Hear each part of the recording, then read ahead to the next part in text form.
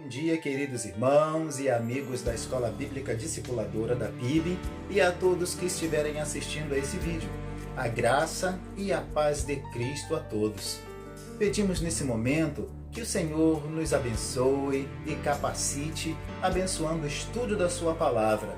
Que Deus nos abençoe, em nome de Jesus. Amém. Meus irmãos, hoje nós estudaremos a lição de número 7, do segundo trimestre da revista Palavra e Vida, da Convenção Batista Fluminense. Nós falaremos sobre o tema O Preço do Resgate. E foi escrito pelo pastor Isaltino Gomes Filho. O texto se encontra em Romanos 3, versículos 23 e 24, e o capítulo 6, do versículo 16 ao 22.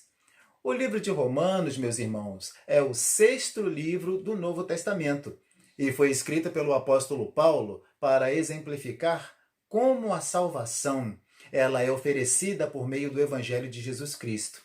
Na realidade, existem dois lados do Evangelho, meus irmãos. O primeiro existe o lado histórico, que se encontra nos 4 livros do Novo Testamento, correto? Mateus, Marcos, Lucas e João. Também este lado histórico é resumido em 1 Coríntios 15, versículos de 1 a 8. O Evangelho é a boa nova de que Deus enviou seu Filho Jesus Cristo para morrer pelos nossos pecados e que ele ressuscitou um dia, ok?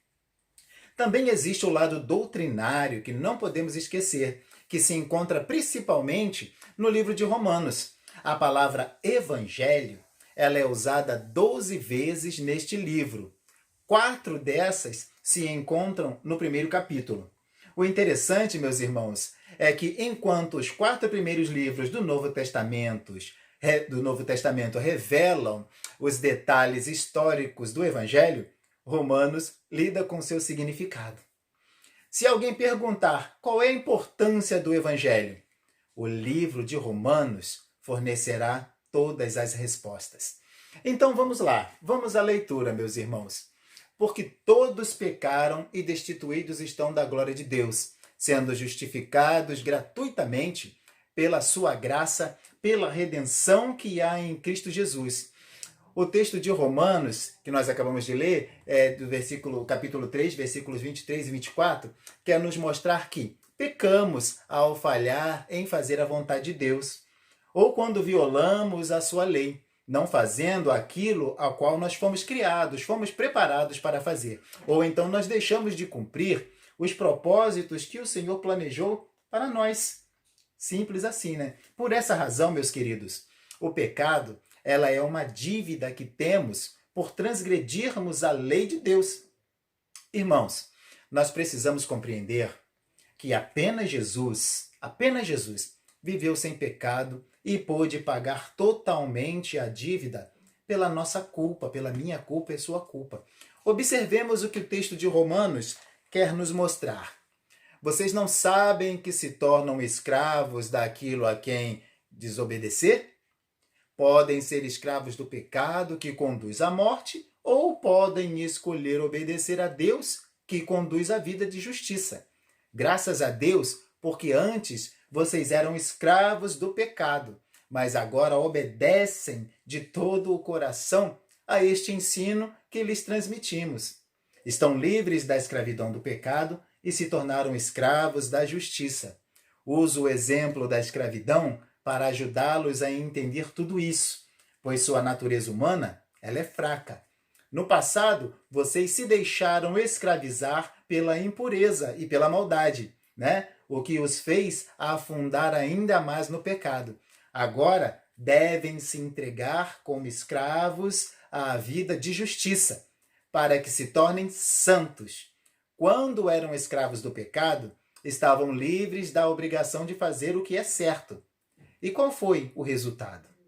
Hoje, vocês se envergonham das coisas que costumavam fazer, coisas que acabam em morte. Agora, porém, estão livres do poder do pecado. Estão livres do poder do pecado. E se tornaram escravos de Deus. Fazem aquilo que conduz à santidade e resulta na vida eterna. Romanos 6, do 16 a 20, que acabamos de ler. Olhem que maravilhoso texto revisado e atualizado foi esse que nós acabamos de ler. Precisamos entender, meus irmãos, que o nosso pecado faz nos merecer a morte. Ou você paga por ele com a vida, ou Jesus faz o pagamento por você e lhe dá a vida eterna. Você escolhe.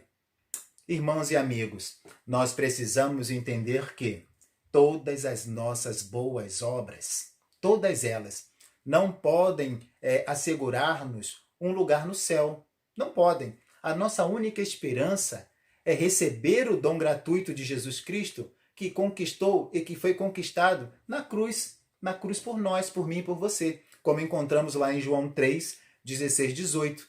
Podemos dizer de maneira bem simples, meus irmãos, que redenção significa livrar alguém por meio do pagamento de um preço. Porque era assim que os prisioneiros de guerra, por exemplo, podiam ser libertados ou libertos, pagando-se um valor, né, chamado de resgate. A história nos mostra que entre os gregos e romanos, um escravo podia ser libertado, pagando-se um valor no santuário de uma pseudo-divindade pagã.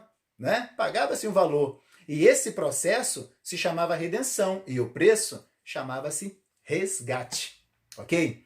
Esta é uma das metáforas que o apóstolo Paulo usava para a obra salvadora de Cristo. E nesta figura de linguagem, ele também associa a redenção com resgate. Os dois, né? O termo grego para ambos é litron, né? Que se usava para o pagamento do resgate de escravos de guerra. No grego clássico, lá na 14ª rapsódia da Ilíada, o termo litron, meus irmãos, é usado para a recuperação do cadáver de Heitor. Eu vou explicar, né? O cadáver de Heitor das mãos dos gregos. Ilíada, meus irmãos, meus queridos, é um poema épico sobre a Guerra de Troia. Vocês já devem ter ouvido falar da Guerra de Troia. A Ilíada de Ilion, por exemplo, era o nome verdadeiro, o nome antigo, né? O nome primitivo de Troia. E é formado pela rapsódia dos cantos acerca da primeira famosa luta entre as nações do mundo ocidental. Ou seja, a conhecida Guerra de Troia. Ok? Assim, meus irmãos, resgate é aquilo que se oferece para libertar e resgatar um homem de sua escravidão bárbara. Paulo, ele usava muito o termo apolitrosis, olha só, que é uma palavra composta que denota o preço da liberdade, o preço de um resgate, ou seja, libertação, redenção, e que também tem o sentido de livramento sob pagamento de um preço. Olha que interessante. E mostra esse preço como sendo a morte de Cristo, a morte de Jesus. O termo ocorre, meus irmãos, 10 vezes no Novo Testamento e apenas 8 no grego clássico. O Antigo Testamento, meus irmãos, ele foi escrito em hebraico. Mais tarde, quando foi traduzido para o grego, chamou-se Septuaginta. Mas aí você me pergunta, professor Luiz, o que é Septuaginta? Eu explico.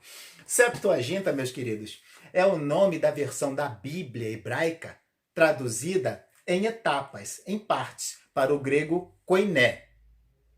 Koiné. Em volta do século III a.C.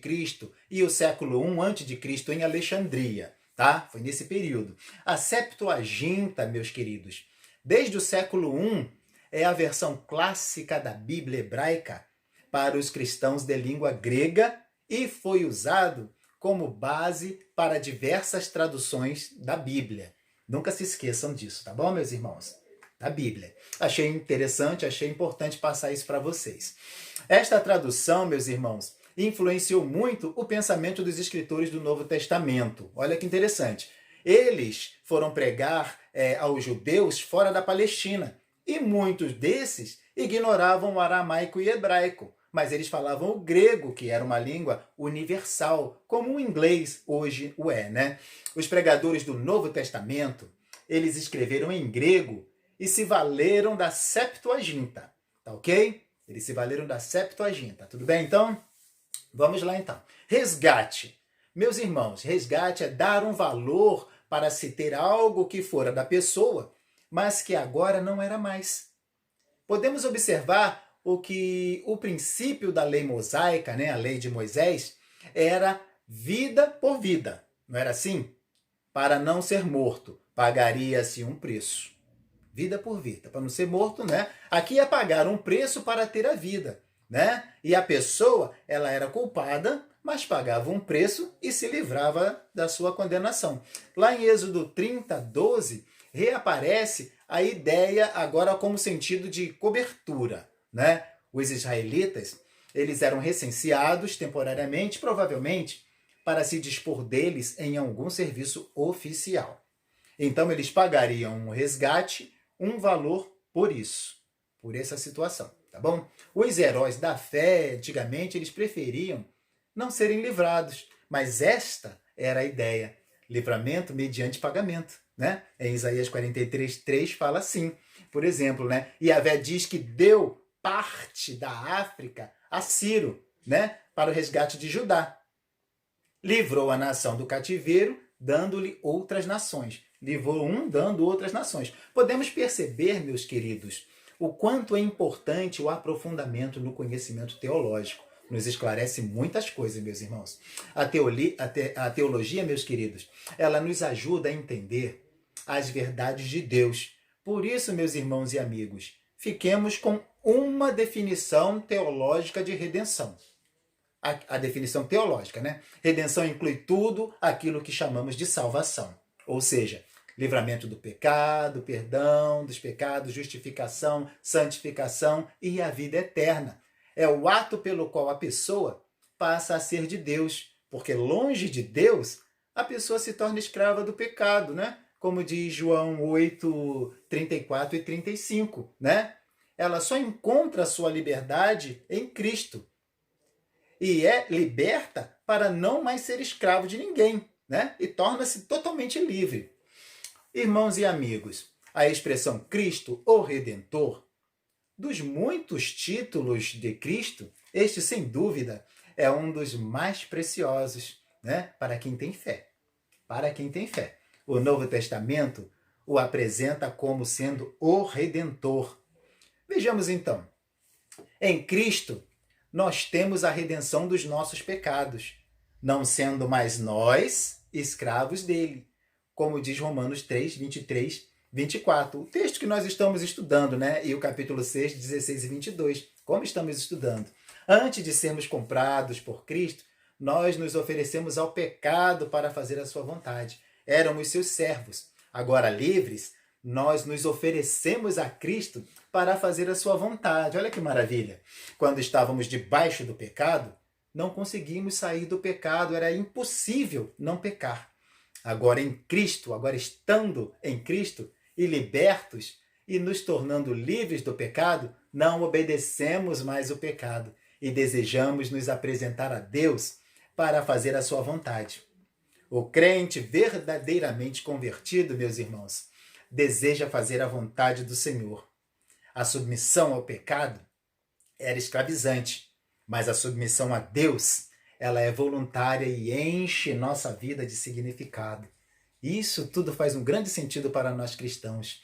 Não somos mais escravos do pecado, mas servos voluntários de Deus. O sangue de Cristo, a sua morte na cruz, meus irmãos, foi o preço pago pela nossa redenção, pela minha e pela sua, como diz Romanos 3, 25. Não foi o Pai quem obrigou o Filho, mas o Filho se ofereceu a si mesmo e ofereceu o seu sangue como preço para nos libertar. Olha que bênção, que maravilha, que graça! E quando libertou, ele nos deu de presente ao Pai, nos apresentou ao Pai.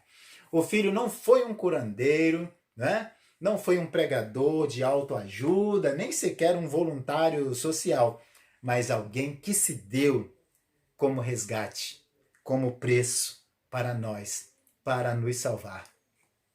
Ao nos comprar, meus irmãos, ele acabou com a nossa condição de escravos e ele nos tornou participantes de sua natureza, a natureza de filho, né? Ele nos tornou seus irmãos, pois passamos a ser filhos do Pai. como diz Romanos 4, 25.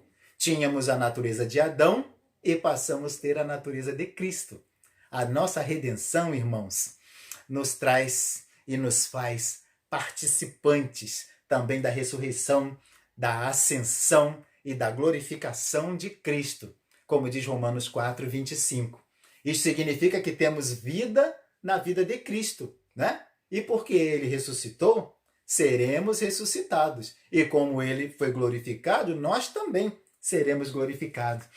É importante, meus irmãos, compreender que, ao efetuar a nossa redenção, Jesus nos deu a sua natureza vitoriosa, sua natureza ressurreta e sua natureza glorificada. E estas duas últimas, meus irmãos, nós receberemos no tempo oportuno. Isso tudo, meus queridos, porque fomos tirados do domínio do pecado e passamos a ser propriedades do Pai. Amém? Por isso, glória a Deus. Estamos caminhando para o final de mais esse estudo, meus irmãos, e precisamos compreender que redenção ou resgate é a essência da salvação. Significa que fomos comprados para Deus, como diz o texto de Apocalipse 5, 9 e 10. Como consequência ética da nossa redenção, reconheçamos que somos o santuário do Espírito Santo e não mais escravos de alguém, nem mesmo donos de nossa própria vida. Nossa própria vida, não somos donos. Pensemos em 1 João 4:4 e 5:19, que diz assim, vou ler os dois para os irmãos. Filhinhos, vós sois de Deus e tendes vencido os falsos profetas, porque maior é o que está em vós do que aquele que está no mundo. Sabemos que somos de Deus e que o mundo inteiro jaz no maligno. Meus amados, meus irmãos e amigos que acompanharam esse estudo até esse momento, somos do Senhor. Aquele que está em nós, o nosso verdadeiro dono, nosso atual dono, é maior que o dono antigo. Nada de negociar ou fazer acordos com o pecado, nada. Já que somos libertos, lembremos de Gálatas 5:1, que diz assim: para a liberdade, Cristo nos libertou. Permanecei, pois, firmes, e não vos dobreis novamente a um jugo de escravidão. E que o Senhor, meus irmãos, nos abençoe, que o Senhor nos capacite e dê a força que nós precisamos, que nós necessitamos na caminhada, para que nós possamos ser firmes, para que nós possamos ser fiéis e chegar até o final. Chegamos ao fim da nossa aula. Tenham um excelente domingo, uma semana na presença do Senhor e que Deus a todos abençoe. Um caloroso e fraterno abraço e até o nosso próximo encontro. Fiquem na paz.